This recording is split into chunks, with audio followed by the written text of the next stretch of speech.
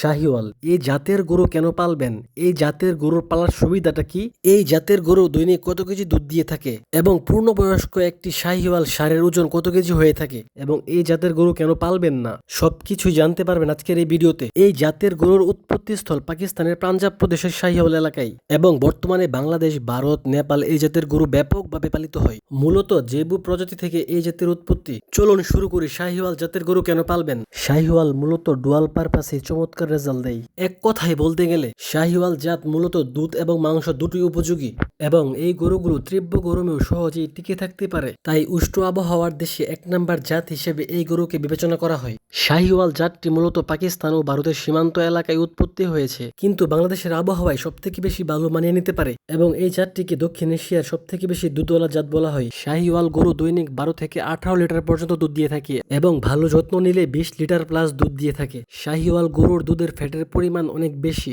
4.5 থেকে 5% হয়ে থাকে, আর তাই দই, মিষ্টি, ঘি তৈরিতে এই দুধ বেশি কাজে আসে আর ভালো দামও পাওয়া যায়। এই জাতের গরুর রোগ প্রতিরোধ ক্ষমতা অত্যন্ত শক্তিশালী এবং 12 থেকে 14 মাসে একটি করে বাচ্চা দেয়। আমি আগেই বলেছিলাম এই জাতের গরু ডুয়াল পারপাসের জন্য পালা হয়, আর তাই এই জাতের 4 বছরের গ্রোথ ভালো হয় এবং 1 থেকে 2 বছরের ভিতরে বিক্রির উপযোগী হয়ে যায়। এখন আপনাদের মাঝে তুলে ধরবো এই জাতের গরু কেন পালবেন না।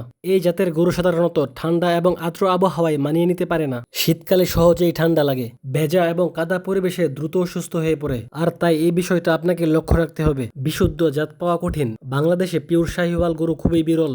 ভালো মানের শাহিওয়াল গরুর দাম সাধারণত একটু বেশি, আর তাই এই গরু কিনতে হলে যাচাই বাছাই করে কিনুন। এই গরু না পালার আরেকটি কারণ হচ্ছে প্রথম হিটে আসতে 2.5 থেকে 3 বছর সময় নেয়, আর যা অন্যান্য বিদেশি জাতের তুলনায় অনেকটাই বেশি, এবং ভালো দুধ পেতে পুষ্টিকর খাবার দিতে হয়। যদিও এই জাতের গরু খাবার কম খায়। আমাদের ভিডিওটি যদি ভালো লেগে থাকে তাহলে কমেন্ট করে জানান এবং এরকম ভিডিও নিয়মিত পেতে আমাদের চ্যানেলটি সাবস্ক্রাইব করুন। আসসালামু আলাইকুম।